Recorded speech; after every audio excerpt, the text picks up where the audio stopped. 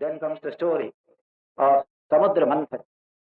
It's a story which has conquered the whole of Southeast Asia apart from India. When I visited Angkor Wat, that famous temple in Cambodia, at the entrance to the temple is this Samudra Manthan, two huge panels on both sides of the road. Devas pulling a snake on one side, Asuras pulling on the other. It's a huge panel in front of that Angkor Wat temple.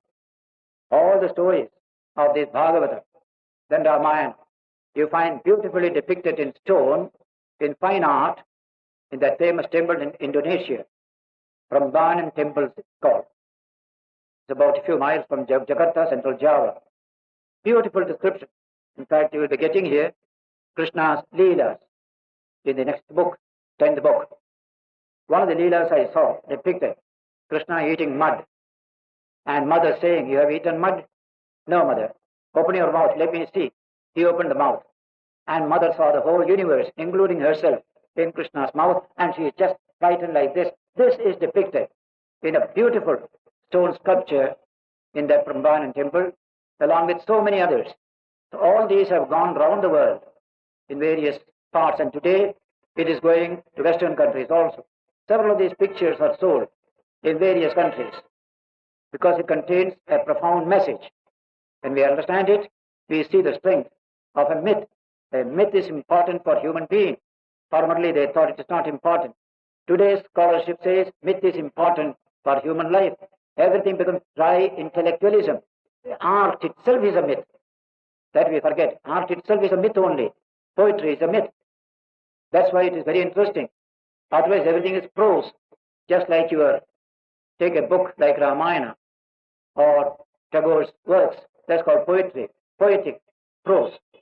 And take a legal document written in the court. Absolute prose without any sense in it. Only law is there, nothing else. So poetry is different. There is art in it. A sense of myth comes in there. What Freud calls primary cognition, containing creativity. And secondary cognition is intellectual and logical. That has no creativity. We need a matching of primary cognition with secondary cognition. Then you get a new type of cognition. That is called superconscious awareness.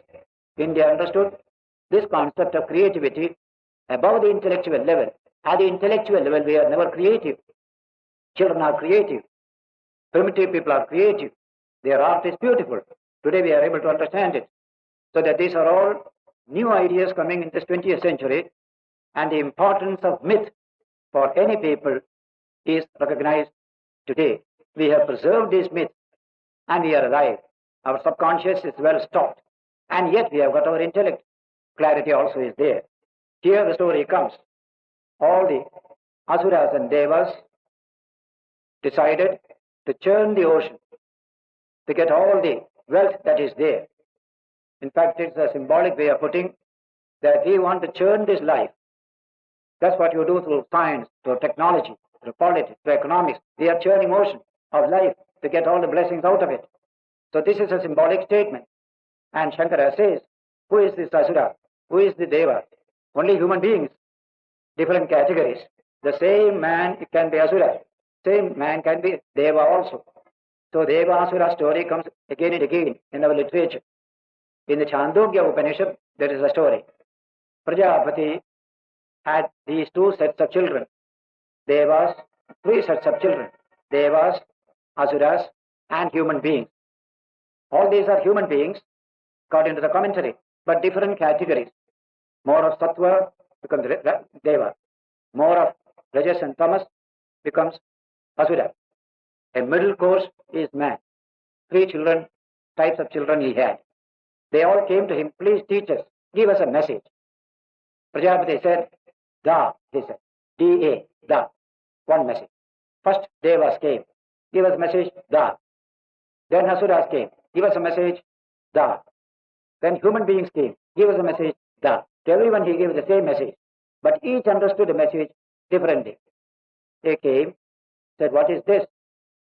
And he said, Damyata, Datta, Dayadvam. These are the three messages coming from the word Da. Don't you see the thunder? It also says Da, Da, Da. Even the space tells you this message. Damyata, Datta, Dayadhvam. Then the story says, gods, they are very fine, but they are generally given to pleasure. Cocktail parties. What do they do in heaven? Only cocktail parties.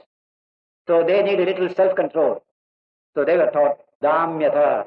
Self-control is the meaning of Damyata. Then, men are very, very, what they call in Hindi, conjuice. They are not easy to spend their money. They always try to withhold. So, Prajapati said, Datta, give dhanam. Share your money with others. Men need that teaching very much. They are extremely self-centered and conjuice type of people. So, Damyata, Datta. Asuras are generally wicked. They try to trouble others. So he said, Dayadhvam, be compassionate, be compassionate. Prahlada told his own Asura children, classmates, be compassionate, be compassionate. Asuram bhavam unmuchya. Give up this asuram bhavam, the same Atma in every being. Show compassion. So Chandogya said, Damyata, Datta, Dayadhvam. Take man, the aristocrats, top people, they are the devas. They need lot of self-control. Otherwise they will waste their substance only in Ashoka Hotel and all the clubs available in the world. Damyata. Then of course human beings, Datta. Those who are a little wicked type among us, we have to be taught. Dayadhvam. Have compassion. You are stealing from somebody. There is a poor man, just like in England we read in the paper, old women, they get their old age pension. Just the day the postmaster brings that pension, that very day there are young boys, what they call tough boys, rowdy boys. They will go and steal it from those ladies and take it away for their smoking and other things. Why? They have no compassion. They have to be taught compassion. What is this? They are in distress themselves. You add to it. So this is the teaching. So in this story, they started churning the ocean. And they went on churning the ocean very, very vigorously. Then suddenly a poison came from the ocean. Kalakuta, poison, burning poison. Everybody is afraid. Everybody is eager to churn. All the good things we are prepared to take. They did it later on. Lakshmi came. Lakshmi chose Vishnu as her husband. They are in Tirupati, Padmavati, as the ancient idea. Then Dhanvantari came, medical science. Everybody took it. Horse came, elephant came, so many things came. Each took one thing or the other. But when the poison came, nobody wants it. Everybody runs away. But where to run away? It burns you. Similarly in human life, when you live together, many good things come, many blessings come, husband and wife, great joy in married life. Along with it, problems come, tensions come. When bad things come, we reject it. Good things come, we take it. We don't know how to handle what is bad, what is wicked in human life. The result is they accumulate. Finally, they burst. That's what happens in daily human life between husband and wife, or parents and children, or neighbors. We don't know to handle the poisons that come from life. We know only the nice things to handle. But there is a method of handling these poisons. These toxins that develop in the body are handled by the healthy body. Toxins developing in the mind through experience, they also need to be handled. How to handle it? This myth gives you a profound message on this subject relevant to every human being in every part of the world. So the story goes on. The poison came. They became frightened. Who will save us? Let us go to Brahma. Brahma says, no, I can't handle this problem. Then they said, let us go to Shiva. He is in Kailas, ever in meditation. So they went to Kailas. Shiva is always immersed in his own infinite self, but he has a heart of compassion. As soon as these people came, full of distress, he opened his eyes. What can I do for you? What service can I do? Then they told their story. We are in distress. All right, I shall come. And he goes to the shore of the ocean, saying, I shall drink this poison and save this world. I don't care if I die, but people will live. That's what I want. That is the story that comes here. Here is the beautiful description. Tadvikshya vyasanam tasam kripaya bhrishapeditah sarvabhuta surut devah idamaha satim priyam. Seeing their distress, Shiva told his wife Sati, who was nearby. What did he say? Ahobata bhavan Netat Prajanam Pasya Vaishasam Kshirodama Mathanodbhuta Kalakuta Rupasthitam. See, lady, the trouble from which people are suffering from that churning of the ocean, terrible poison has come. They have come to us for help. We must respond. After all, he must convince his wife also. He is going to do something very serious, and that too, taking a poison, he may die. The wife has a say in the matter. So he consulted. Sati also under question. Then he says, Asam pranapariksunam vidheyam abhayam hime. These people who are eager to protect their own life, it is my duty and privilege to go and succor them now, he says. Etavan hi prabhodartho yad yena paripalanam. This is the real strength of a man who has got resources. Go and help people who are in distress. That's a real characteristic of truly great people. He said like this. Then, what did he do? The mother agreed. So Shiva comes to the ocean. Then comes Tata Karatali Kritya Vyapi Halahalam Visham Abhakshayan Mahadeva Kripaya Bhuta Bhavana. He took the whole of that poison in the palm of his hand. He is infinite himself. This is nothing. He just took it in the palm of his hand and quietly drank. Without any kind of anxiety, he quietly drank it. There is one famous painting by Nandalal Bose, Shiva drinking poison.